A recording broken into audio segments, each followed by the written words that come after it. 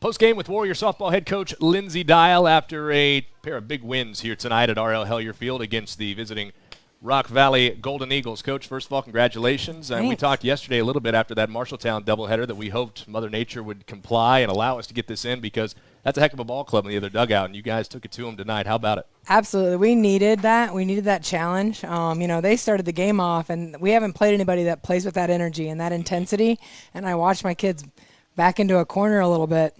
And so getting in those kind of ball games and then they score and we have to be able to figure out how to answer back and all of that, I couldn't ask for them to come and play us tougher. So. In game one, I mentioned that catch by Yana Roberts out in right center field. That seemed to be kind of the spark. And then she comes up to the plate. That's how it always goes, doesn't it seem? And has a great productive at bat, sees a lot of pitches, gets on, sets the table. What an outstanding play. Kind of the spark for the whole night. That was huge for her. And she has shied away from going towards right field. We've really pushed her to try to go get a ball that way and then to go make a play. It was huge. That was what lit the fire and started that rally. And how serendipitous that it was her that was up at the plate. And Coach even said, he was like, it's her. It's the kid that made that huge catch. She's the one that's going to start your inning off. And it did. It got us going. That's exactly right. Well, and, of course, Destiny Lewis and Sydney Anderson shine bright again with a couple more homers. They continue to chase it. But how about that 3-run from Abby Cataldo to end the ball game? Yeah, Abby has really, I talked to her earlier in this week that she fought buying in a little bit. She spins out a little bit in her swing, and she finally, within the last probably 3 or 4 weeks, has really turned into being coachable and wanting to make some adjustments with her swing.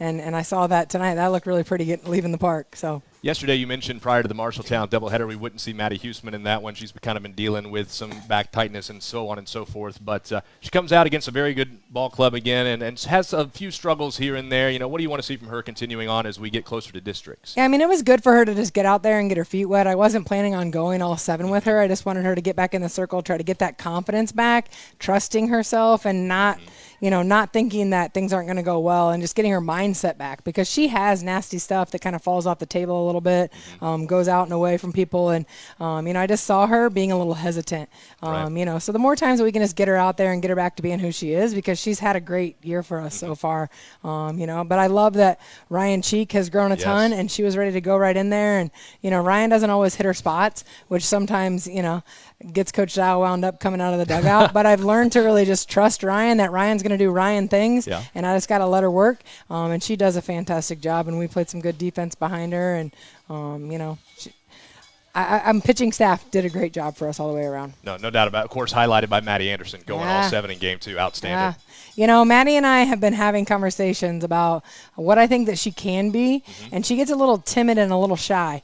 In the bullpen today, I walked up in between games and I said, how are we feeling? She said, I feel great tonight. And I just talked to her about how that mindset is. We gave her a round of applause out there as to how she threw a gem. She did. And she really can spin it if she just believes in what she's doing.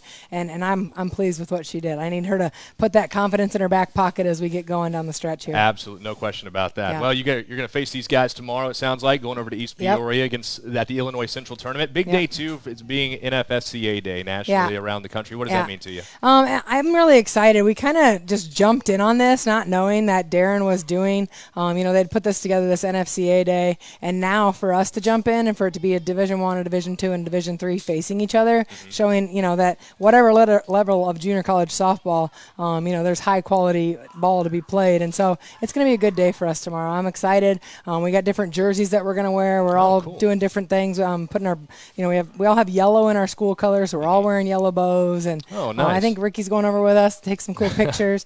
Maybe not. But anyway, either way, we're excited to go over there and face 2 good ball teams.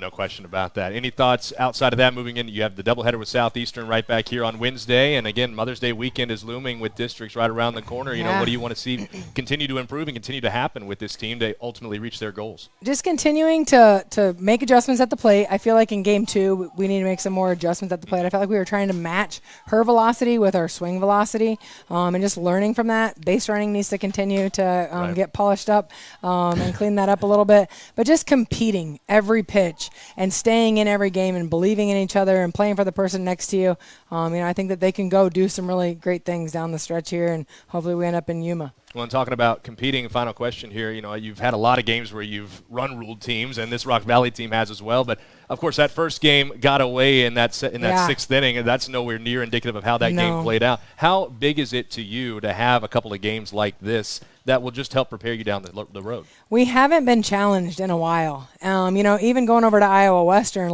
we kicked the ball around a little bit, and we weren't ready to go from the first pitch. And so I'm so happy that they came here, and we went nose for nose. Right. We haven't been in a game like that all year. Even down in Texas, I don't remember us getting in a ball game where it was back and forth and back and forth. And that's going to be huge for us, that we've been in those moments, and especially that we ended up on the side we want to be on. That's exactly right. Yeah. Thanks, Coach, for the time. Go get her tomorrow.